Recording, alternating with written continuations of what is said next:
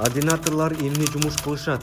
Белгилей кетсек, 4-декабрь күнү Министрлер кабинетинин орун басары Эдил Байсалов жогорку кеңештин депутаты Айда Исатбек кызынын ординаторлар эң азы канча айлык алат дегенине так жооп берүүдөн качып, кайым айтышка кетишкен. Жолдобаевич, мен суроомдун мааниси ошо болуп атат. Бүгүнкү күндө ординаторлордун зарплатасы канча сом экенин билесизби деп сурап атам. Бул туура эмес, өтө аз алышат. Канча болсо да. Туура айтасыз. Ошо өтө аз болгондо канча сиз үчүн аз деген канча бул? На руки сколько получает тогда? Кыргызча, орусча айтайынчы анда. Я сказала, на руки получает на сегодняшний день от 5 до 9 тысяч сом. В чем проблема? Чего вы ко мне претензии? Анда депутаттын өзү жооп берген билдирүүсүндө 5.000-ден 9.000-ге чейин айлык алышаарын айткан. Ошондой эле айлык маянанын аздыгынан ординаторлор чет жака иштеп кетип жатканы боюнча маселе көтөргөн. Деги эле ординаторлор чынында эмне жумуш кылышат? Алар кимдер деген суроонун айланасында жооп табуу үчүн ординатордун өзүнө токтололук. Давленияңыз 125-85. Мурдага караганда жакшы болуп калыптыр, түшүп калыптыр. Келечектеги гастроэнтеролог дарыгери Айзерек Абдилакимова азыркы учурда Кыргыз мамлекеттик медициналык академиясынын ички оорулар профилактикасы жана эндокринология курсунун ординатору. Өзүнүн айтымында 6 жылдык окуусун аяктаган соң 3 жылдык ординатуранын 2 жылын окуп жатат. Алар бейтаптарды дарылап карап жүргөнү менен алардын иш-аракеттери практика жүзүндө. Мындайча айтканда, сабак өткөн менен барабар. Ал эми окуусунан тышкары ал тез жардам кызматында иштөөдө. Мына ушул жактан айлык маянасы саат менен эсептелерин, ошондой эле 0,5 ставкадан 1 ставкага чейин коюларын айтат. Бул жерде 3 жыл окуймун. Биринчи жыл жалпы врач катары Кадамжай шаарында ЦОВПда жана медакадемиянын медцентринде өткөнмүн. Экинчи, үчүнчү жылды ушул жерде кафедрада өтүп жатамын. Бул жерде бизде план болот. Ар бирибиз өзгөчө план түзүп алабыз. Ошол план боюнча ар ай сайын отделениянын алмаштырып турабыз. Ординатор болуп биз бул жерде окуйбуз. Контракт төлөп, мен контрактты 1 жылга 40 000 төлөйм. Бул жерде окуймун. Анан кошумча жумушта иштесек болот, если тапсак. Мен мисалы тез жардам кызматкеримин, 0,5 ставкада врач болуп иштеймин. Адышкаңыз азайып калыптыр, өзүңүз да жакшы сезип калдыңызбы? Жакшы сезип. Кармаганда ооруган жок,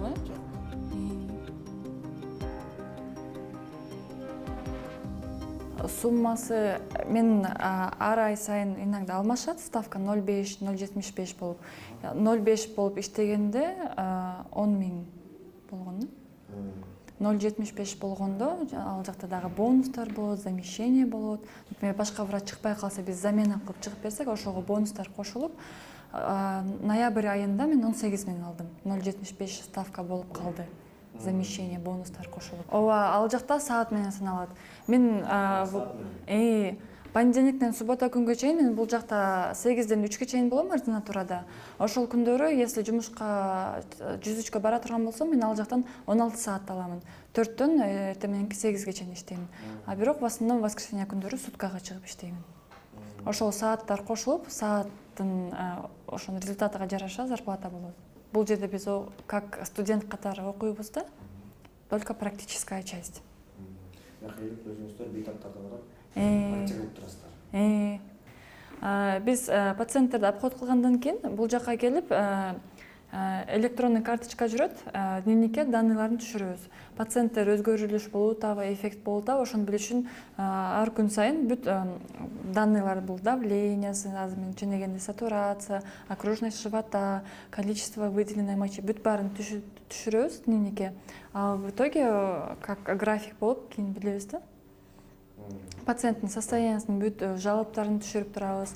В зависимости от жалоб биз лабораторный, инструментальный анализдерди назначать этебиз. Ошол түшкөндө результаты дагы автоматически бул компьютерге түшөт. Ошол жерден результатын көрүп, лечениясын корректировка кылсак болот. Ал эми бул жөнүндө анын куратору ординаторлордун окууларынын жүрүшүн, практикасы, бейтаптар менен өтөөрүн айтып, жана алардын айлык маянасына кененирээк токтолуп төмөндөгүчө түшүндүрмө берди.